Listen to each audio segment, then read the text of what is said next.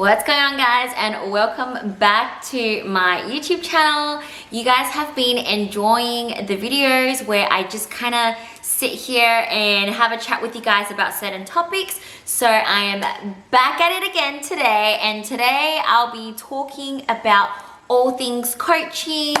I will be going on a little bit of a rant, so if you don't really like the sound of my voice, then probably not going to be the best video for you.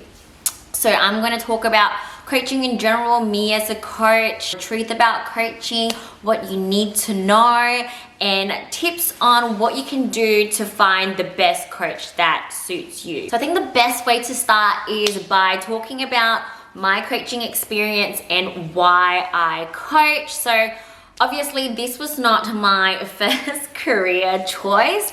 I went to university, I did 2 degrees, I did 1 in media and I did 1 in accounting. And when I graduated, I actually did finance for BMW, and that was my full-time job. I was working the car industry hours, which was like 50 hours a week. At the same time, I also fell in love with bodybuilding, and I obviously was competing during that time.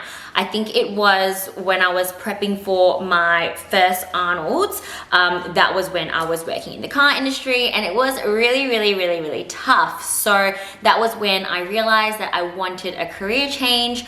So I did what I had to do in order to pretty much change my life. I started out as a PT, I worked at Good Life, and then from there, I slowly started doing some online coaching, and then only finally did I progress onto comp prep coaching very recently. And you guys have probably heard me say this a million times, but I absolutely love my job. These days, I'm more of an online coach rather than a PT. I still do love doing my face-to-face PT sessions. I love just being there with, especially like my consistent clients. I get really close to them. I like being able to really be technical with them, especially when it comes to glutes sort of stuff. I like being able to put my hands on their hips and move it and push their knees and just be there to really look at like the feet, like how their feet are moving, things like that. Just get really technical. Obviously, I also do like in-person posing, and I absolutely love that. So obviously the reason I do this is because of passion, and I realized that this would be like an avenue for me when I was actually watching The Biggest Loser, and I just got really obsessed with watching The Biggest Loser. I was kind of binging on it, and then I just got really emotional sometimes just seeing the transformations, and that's kind of when I knew that I'm like, oh well, I'm getting really like just kind of touched and emotional from just someone losing a lot of weight. Obviously, when I started and I had, you know, made really good progress for my first few clients, that gave me such a fulfilling kind of feeling. I worked with a lot of Gen Pop people when I first started, because obviously I started out in the gym such as Good Life. Everyone was very normal. No one really knew like who I really was. To them, I was just like a general PT. But the fact that I was able to change so many people's lives, and I work with a lot of people who it's like their first time at the gym, a lot of newbies who just have no idea, and a lot of people that don't even know how it feels like to squeeze your glutes. They don't know what glute activation is. They just don't know any of that. And for me to be able to kind of introduce them into the world of weight training, really help girls feel comfortable and confident in their own skin, is pretty much the main reason why I absolutely love what I do. And recently, obviously, I've gotten into comp prep coaching, and this is just a whole new feeling. I love being on stage, and being able to help people get to the stage is a whole different feeling altogether. I'm a really competitive person, and even though I compete myself, being able to be in a competition kind of environment and mindset with my job really drives me, because I love winning. I absolutely love winning. My first season of coaching, I came back with multiple client wins, and I was hooked. I was so addicted, just knowing that I was able to help someone transform and fulfill their dream is a feeling like no other. But being there on show day whilst I was watching them on stage, it's just, I was so nervous, so passionate, so just a million feelings running through my mind. The night before the show, like I couldn't sleep. Peak week, I was so excited. I felt the same level of excitement for my clients as I did myself when I am going to a competition, if not more. I'm very, very calm as a competitor because I've grown to be like very confident, and it's kind of like second nature to me competing now. But this whole coaching thing, especially being a comp prep coach, is so new to me, and so I have those nerves but also just that fire in me, and I just love being able to be in a competition kind of environment. I love to win, and after winning, there is no feeling to describe like the kind of like high you get. It's just so addictive. I don't even know what other words to describe it except for the fact that like I do this because I'm addicted to it. I'm addicted to the feeling. Like I just can't wait to be there on show day and like watch my clients come on stage after we've worked so hard to put their physique together, after I make sure that their posing absolutely slays, for them to walk on like freaking Beyonce and just like kill the stage, and just sit there hoping that they get first call outs, and the moment they get first call outs, and then just screaming their name and their number, and then when they get moved to the center, I tell you, there is just no other feeling of like fulfillment.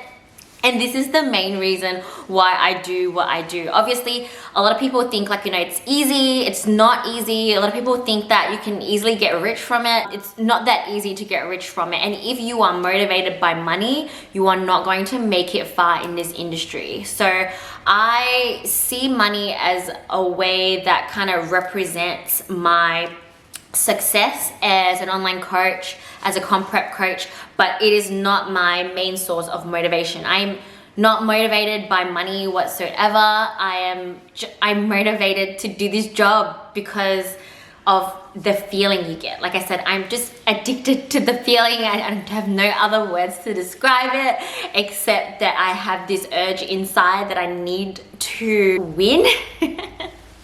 And I guess since I have not have an opportunity to compete, I needed to get that high from somewhere else, and so comp prep coaching is my outlet for that. I just love having like a group of girls now. I know they're just my clients, but we're all really close, and I just feel a sort of like fulfillment, even though some of them are older than me. A lot of them are younger than me, so I feel like this older sister, motherly vibe. And on show day, I'm just like a total stage mom. The feeling that stage moms feel, I think that's me. That's pretty much me. That's why I do what I do. Now, pet peeves about coaching and other coaches. Number one, PTs who think they are prep coaches. I've had a lot of people, especially like first-time competitors, they just don't know where to find a comp prep coach, and they just go to their local PT, tell them that they want to do a competition prep, and the PT, because they are motivated by money, is not going to say no. But they just have absolutely no freaking idea what they're doing. So if you are someone watching right now and you have a PT who's great, even though they're the best PT in the world, if they're not specifically a comp prep coach, stay away. Go find someone else. If you have a comp prep coach that's confident enough, they will be happy to prep you and have you still go see your PT to just get that extra motivation in the gym, for someone to spot you, as long as you're following their program and whatnot. So don't go to your local PT. They don't know what they're doing. Most of them probably have never stepped on stage in their life. A lot of people PT for the wrong reasons. A lot of people think PT is just an easy way to get rich without having to go to university. I don't really know the reasons as to why people do PT. Obviously, there's like a bunch of different reasons.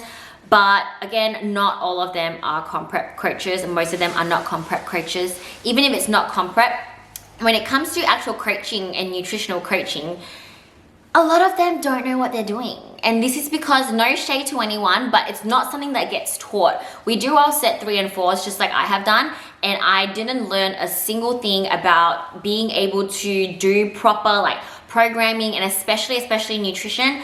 I learned nothing of that from any of like those like cert 3 and 4s and online certificates and this and that. I learned a lot from trial and error on myself. learning from my prior coaches. So I paid good money for good coaches to coach me so I can learn from them. I also spent hours and hours and hours researching on YouTube because I was in the industry and in the sport. So because I already had an interest in it, it was really easy for me to go in and dive through lots and lots of hours of research, listen to podcasts. A lot of people I get my information from. In early days, people like Jim Stepani, people like Layne Norton, 3DMJ, Jeff Nippard, they're all PhDs in different areas and they have a specific interest in transformations, comp prep, things like that. So they have done the research, or they have read the research, reviewed the research, many new kinds of research that is not in a textbook. So what's in like a textbook is totally different from the modern day research. So you need to know who and where you're getting your information from. And like I said, Layne Norton is one of the OGs. I have bought his ebooks, have watched multiple videos and listened to his old podcasts, things like that. And again, 3DMJ is also really good. So I used to kind of follow all these people like much closer, and I learned a lot from them. So if your PT has no idea where to even find information to learn from, again, it's a red flag. Like, they are just a PT, they're not a nutritional coach, and they're most definitely not a comp prep coach. And they're the ones who are gonna be offering people like really cheap prices for nutrition because they just have like just absolutely no idea what they're doing. If you're a PT wanting to start online coaching, the best thing you can do is firstly do your studies, do your research. Once you have learned enough and got yourself a coach and have like dieted yourself, went through like a building phase yourself, learning about macros, learning about how you calculate macros, learning about what's the minimum amount of protein you need, how much fats you need, what is a carb source, blah blah blah. If you have no idea what these are, I'm telling you again, you go and do more study and more research before you even think about becoming an online coach. So what I did is, for people who used to PT twice a week with me, I gave them free nutritional coaching. Obviously, after already trialing it on like friends, and I think the first person I ever coached was actually my mom's friend. I helped her to lose a lot of weight and get fit, and you know, I tried it for free on a lot of people before I gained confidence in it, because experience is massive in this. And so I train a lot of people at Good Life, and obviously like I offered them the free nutritional coaching, and after helping them in nutrition, learning more about nutrition, learning more about how they respond, things like that, that's when I became fully confident to be able to actually charge for my services as an online coach, being able to write out nutritional programs as well as training programs for people, because I have trialed and tested it on many people. Secondly, just because someone looks really good and places really well, maybe wins all their division and is a great competitor, that does not make them an online coach, doesn't make them a good online coach, and doesn't make them a comp prep coach. Just because you've done one competition and done really well in it doesn't give you the knowledge and the right to go around calling yourself a comp prep coach now and just like going around charging people for comp prep services. It's just, it does not work that way, especially if this person does not have a background and a history in starting off as like a PT first or somewhere else in the fitness industry, and all they did was this one competition and then just decided that they are going to become an online coach or going to become a comp prep coach.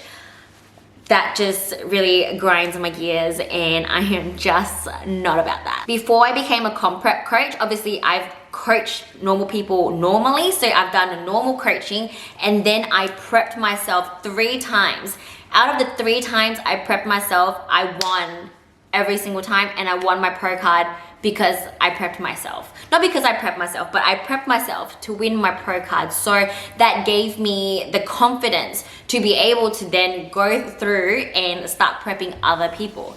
So again, if you see this person on Instagram, your local gym or whatever, they've done a few competitions but haven't prepped a single person, haven't even helped a single person like lose weight, there is no before and after photos, Do not get them as your comp prep coach. I don't care how much they're charging or even if they're giving you this for free. If you want to comp prep, that's a whole new ballgame altogether. You're better off really investing the money and the time in someone who really truly understands it, has not only done it themselves, but have like the knowledge and the experience to be able to actually really truly help you. My third pet peeve about coaches is the Instagram troll coaches that slide into your DMs.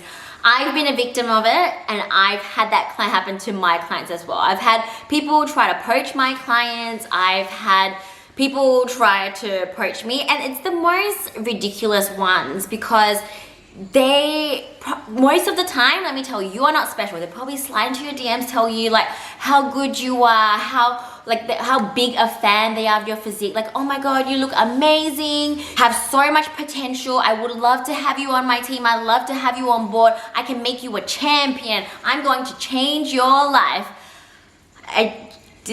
If this coach had the time to like be trolling through Instagram and trying to like slide into people's DMs to get clients that way, like they're really just not focusing on their current clients. Like I don't even have that many clients, and I am way too busy to be sliding into people's DMs and like trying to steal them from other coaches. I just don't have time for that shit. And let me tell you another one that happened to me as well. I obviously am an IFBB Pro. I obviously have IFBB Pro written in my profile, and I had this very, very famous WBFF coach message me, and it's just like, it's not just me. Everyone has received this message from this person. I'm not gonna say this person's name, but any of you watching, like most of you, if you've received this message, you will know who I'm talking about. It's just like a generic message that I don't know, they use bots or some kind of automated service to just kind of randomly send messages saying that like, oh, you are so amazing. I think that you'll do great in the WBFF. I'd love to be your coach. Like, hello, do you not like actually read through my profile and realize that I am an IFBB Pro? Like, why are you telling me that like I'll have a big future in the WBFF? Just does not make any sense. And even if they were just trying to make me change divisions, obviously like this person is pretty well known in the industry, so a lot of people have also shared screenshots of this person trying to approach them, and a lot of the other ones are also IFBB Pros, and we're just like, does this person even actually look through your profile before even dropping you that DM? You really, really need to think about it. Do not get suckered into things like that. If you want a coach, you go out, do your own research and find your own coach. Do not let someone just come to you, make you feel so good, and then just like lure you into their trap. Again, all the best coaches I know, none of them do this because they are way too busy dealing with their own clients. They are way too busy trying to upskill themselves. They are way too busy trying to create content. So a lot of like the really big coaching teams and stuff like that, they're busy either trying to train someone else to kind of help them, or they are busy trying to put out like YouTube videos, they put out podcasts, they put out lots of free material, and that is enough to kind of market themselves. They will market themselves and their services in a much different way than trolling through Instagram, liking people's photos and then sliding into the DM. So the liking people's photos part is totally fine, you know, just, you know, whatever.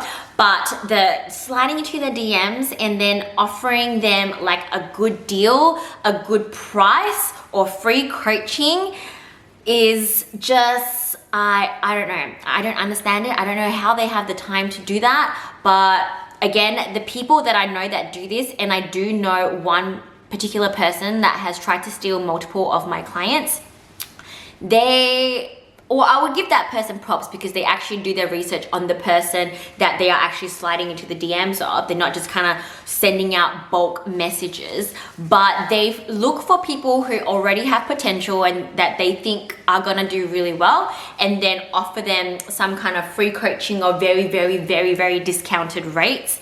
Take them on board just for the fact that they want to take all the glory and all the credit for that person's hard work, which is totally fine. However, this person, this same coach, also has other clients who are paying them good money to coach them, and they're just not getting a response from them. I've heard that they've been ditched on show day. They just have just not been getting the attention, they've not been getting the effort from this particular coach who's going out looking for something better because the grass is always greener somewhere else.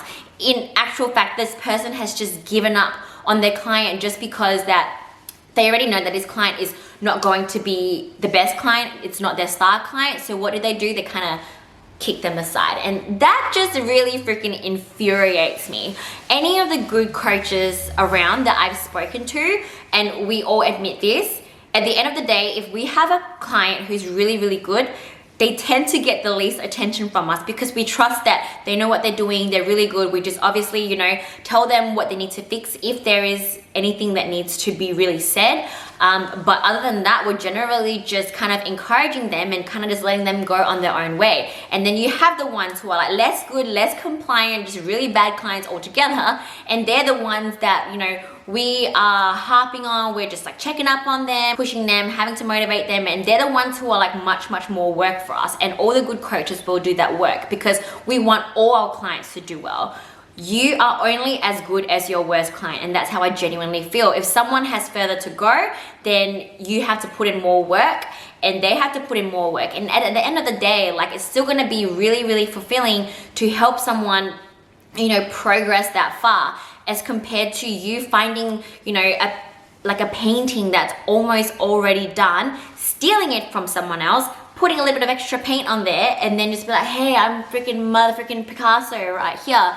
You know, it's just not the same. And again, no shade to people who go and try and slide into people's DMs to try and get them as your client. I only really have a problem with it when they already have a lot of clients who are begging for their attention, who pay them good money, and they are just not putting in any effort or care into these people. That's when I have a serious issue with these coaches. My next pet peeve is the kind of coach that tells you exactly what you want to hear.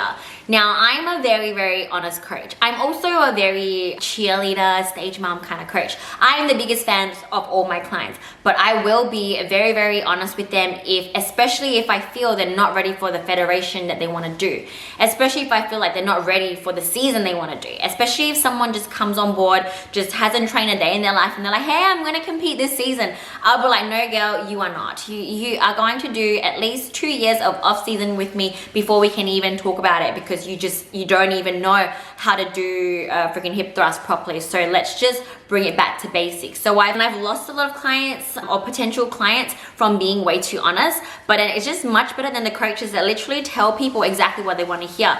You know, someone might be totally delusional, and then some coaches, because obviously comp prep coaching is more expensive than just your traditional coaching, you know, and because they want the money, they're not going to turn down anyone who wants to prep. They're going to be like, sure, you're going to do great, just pay me this amount of money a week and we'll get you to the stage. You're going to do well. What federation do you want to do? You can do all the federations, you can do all the divisions, you can do as much as you want, because they don't really give a shit. And you know, that is just not what I'm about.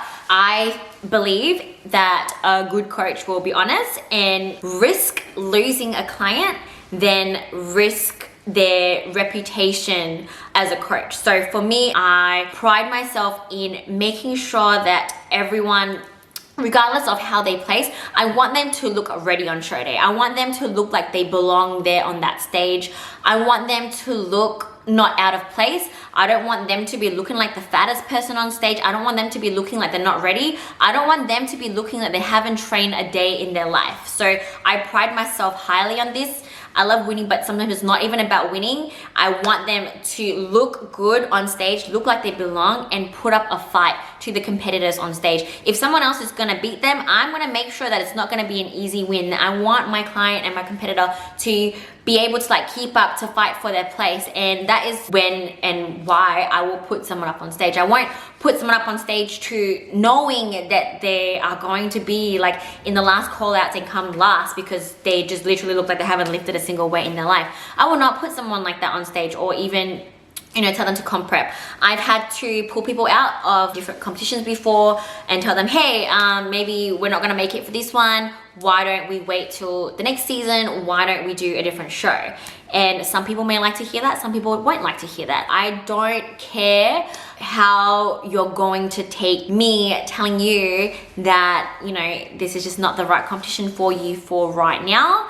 It doesn't matter to me, because I'm going to be honest, at the end of the day, I still pride myself in telling people the truth and still being there for them. I'm not gonna ever give up on anyone unless they give up on me first, but I'm not going to be sugarcoating and telling them what they wanna hear, because I don't really care about what they have to think of me when I tell them the truth, because I just rather be truthful and them hate me for it than for me to ever put someone on stage that I feel like doesn't really belong there. And last but not least, the kind of coaches that you really should be staying away from is the coaches that are coaching other coaches to build your six-figure online business. When I first started, I just had so many of these like business coaches trying to like sell me their courses to learn how to sell and market and things like that, and I really don't want to be a salesperson. I am not a salesperson.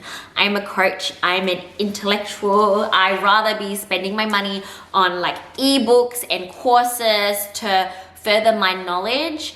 I'd rather get someone to mentor me on how to be a good coach rather than how to sell myself, how to build a six-figure online business.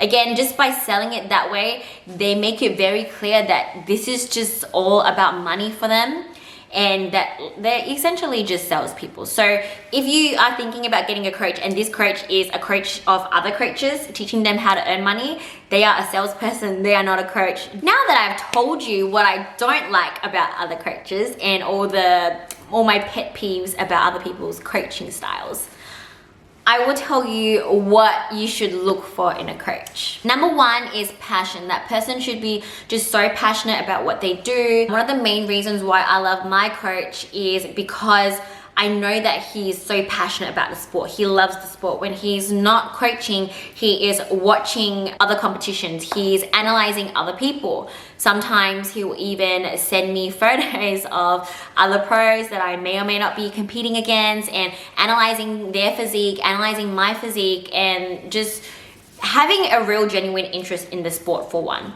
Passion can also be in the form of just how excited people are about their clients, and you can really see that when you go to shows. Like, is the coach backstage with their clients, helping tan their bums for them, helping them adjust their bikini, helping them, you know, like just fix their hair, watching their posing, telling them when to pump up, really just, you know, being all involved in their client backstage? Or are they going around saying hi to people, just trying to like market themselves, only taking care of their star client, you know, and just not giving a shit about the rest of their team? And some people have a lot of clients and they just don't give a shit. So that is a coach that lacks passion, and I think you definitely should be looking for a coach who is as passionate as you. If you are looking for comp prep, you should want a coach that has the same amount of passion and fire as you,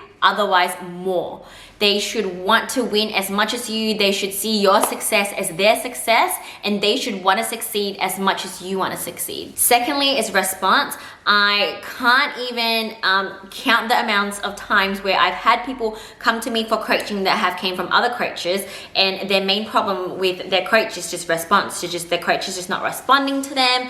Their coach doesn't let them text them during the week. The coach just kind of responds with like 1 or 2 word answers, doesn't answer their question. You should be looking for someone that is very responsive, and otherwise they give you a good time frame as to when they will be responding. Like, hey, you can text me anytime 9 to 5, because obviously coaches are still humans. Not all coaches are freaking workaholics like me and my partner. We're just on our phone 24/7. But I've tried to kind of pull back as well. So sometimes, you know, I go to bed early, and all my clients know if you text me after 8 o'clock, I'm just not gonna see it. I will reply you at 5 a.m. the next morning. Number 3 is experience. You definitely want to pick a coach that has enough experience. So you definitely want to be looking at past before and after photos. You definitely want to be looking at how long they've been coaching, how long they've been an online coach, have they had much experience competing themselves, how long they've been in the industry, or like altogether, like how many shows have they watched,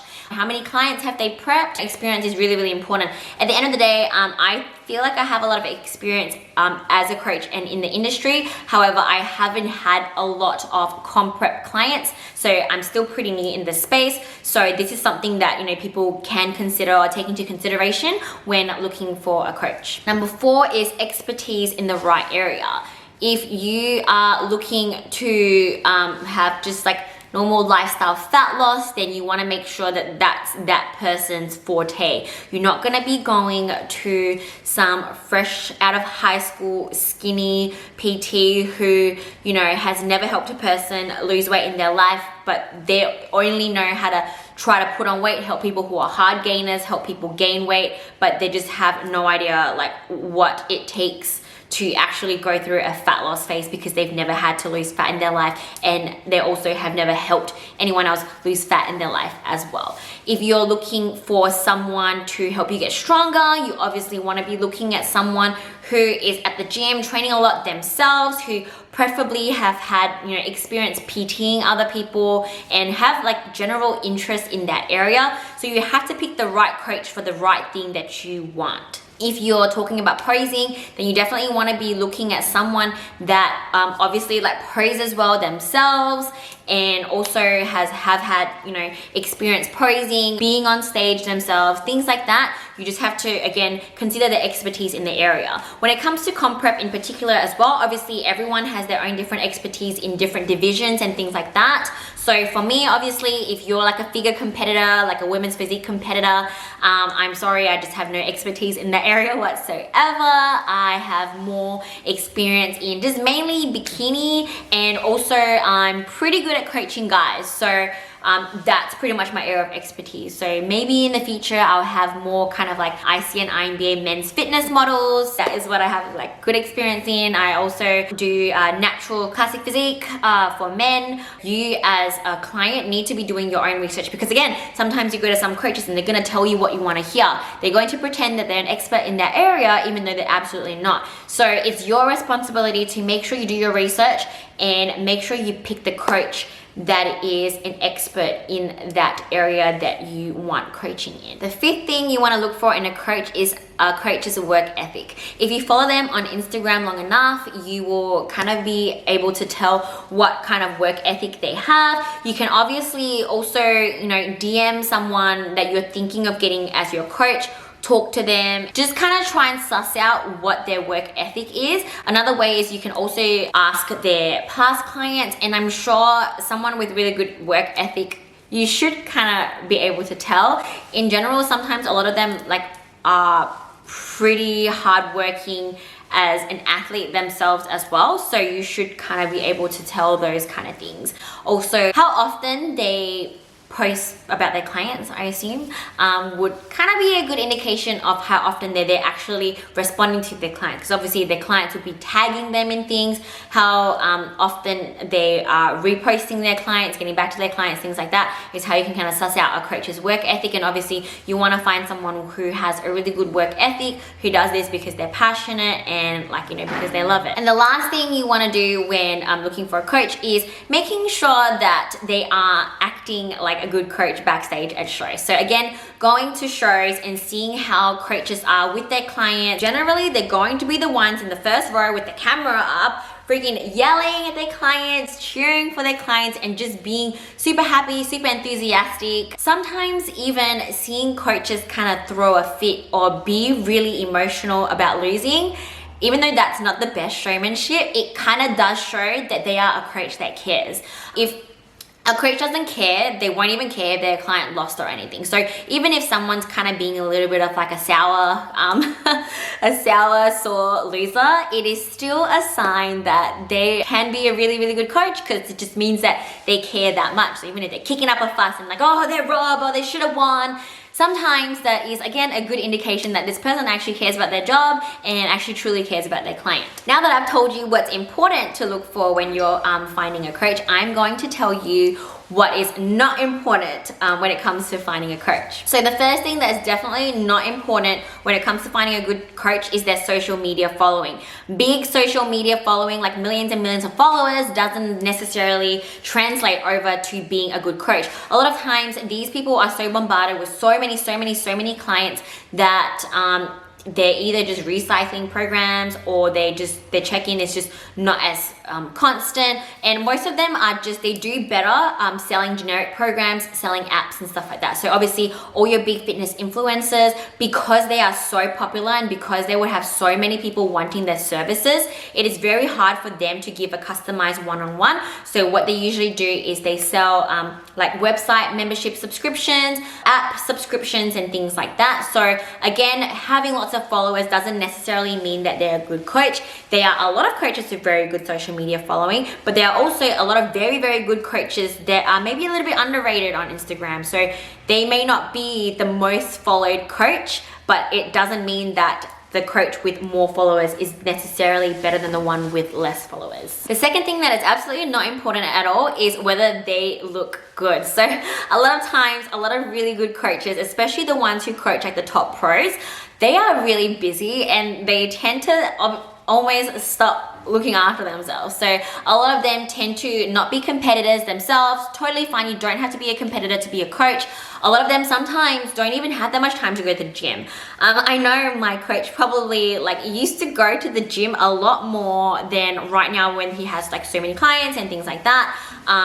Sometimes I even find myself, you know, not being able to take on that much workload because of the level of training that I do. So, you know, just because someone looks really good doesn't really necessarily make them a good coach. I know a lot of good coaches that have put on a little bit of weight ever since they started just really being into work, because their number one priority with work. And there's absolutely nothing wrong with that. You know, it almost just shows that they put work before themselves, and that is something that is really good in a coach. That is something that I will admit, as great of a coach that I think I am, at the end of the day, I'm still an athlete first, I'm still a pro first, and I still need to put my competing above my coaching career, and this is the main reason why I don't take on a lot of clients. Anyone I do take on, I will give them 100%, but again, this is why I'm not as big as some of the other much more successful coaches, coaches with much bigger teams. It's because they truly put their work before themselves. So again, looking good, not important. Number 3 is big team. So just because a coach has more clients doesn't make them a better coach. If anything, it might actually even take away from how good a coach they can be. So sometimes you see the best coaches rocking up to shows with just a very small handful of clients, and those clients get given their everything.